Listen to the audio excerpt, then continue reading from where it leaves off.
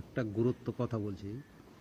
যারা আগে রাজমিস্ত্রি কার্ড করেছিল তাদের কি হবে না, তাদেরকে পুনরায় আবার ফর্ম ফিল আপ করতে হবে। আর যারা এই যে সুযোগ সুবিধাটা নিচ্ছ তাদেরকে বলছি, তারা আগে জিজ্ঞাসা করে নাও যে আগে লেবার কার্ড করা হয়েছিল রাজমিস্ত্রির নাম দিয়ে, সেই কার্ডটা কি চলবে, আদৌ বৈধ হবে না পুনরায় আবার তোমার এটা ফর্ম ফিল আপ নতুন করে করতে হবে। আগে যে করা হয়েছিল রাজমিস্ত্রি কার্ড, সেই কার্ডটাতে কি কাজ হবে না আবার পুনরায় অ্যাপ্লাই করতে হবে এই ফর্মে? যারা আমার ভিডিওটা দেখবে তারা লাইক শেয়ার কমেন্ট করে জানাবে এবং কথাটা মুখ্যমন্ত্রীর কাছে যেন যায়, তাহলে বুঝতে পারবে যাদের রাজমিস্ত্রি কার্ড করা আছে তারা তাহলে তাহলে অঞ্চলে ভিড় হবে না এবং তোমার দুয়ারের সরকারও ভিড় হবে না। হয়তো অনেকজনাই না জানাতে তোমার চলে যাবে, হয়তো যদি তার রাজমিস্ত্রি কার্ড করাও থাকে সে জানে না, হয়তো সে চলে যাবে যে লাইন দেবে।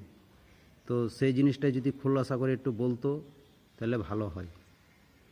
এটা মুখ্যমন্ত্রীর কাছে আবেদন, একটু মেম্বার প্রধানের কাছে আবেদন, সবার কাছে যারা গ্রাম অঞ্চলে এই জিনিসটা নেতা মন্ত্রীদের কাছে বলছি, তোমরা জিনিসটাকে ভেঙে বলতে হবে যে আগে যারা লেবার কার্ড কি রাজমিস্ত্রি কার্ড করা হয়েছিল সে কার্ডে এই প্রকল্পতে সংযুক্ত হতে পারবে কি পারবে না সেটাও খোলাসা করা দরকার।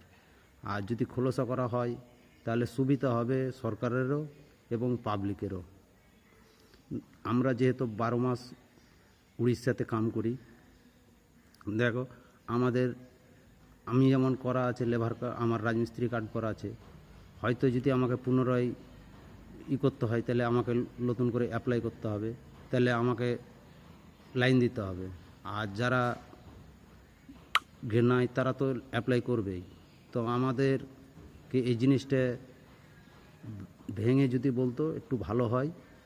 সরকারের কাছে বিশেষ আবেদন। আমাদের রাজমিস্ত্রির আমরা ফেসবুক ইউটিউব সব কিছুই দেখছি, খবর দেখছি, খবর শুনছি, কিন্তু এই জিনিসটা শুনিনি কেউ বলে না যে আগে যারা লেবার কার্ড করেছে কি রাজমিস্ত্রি কার্ড করেছে সে কার্ডটা বৈধ হবে কি অবৈধ হবে, এই জিনিসটা কিন্তু ভেঙে বলেনি। যদি ভেঙে বলে তাহলে সুবিধা হয় লোকেরও এবং যারা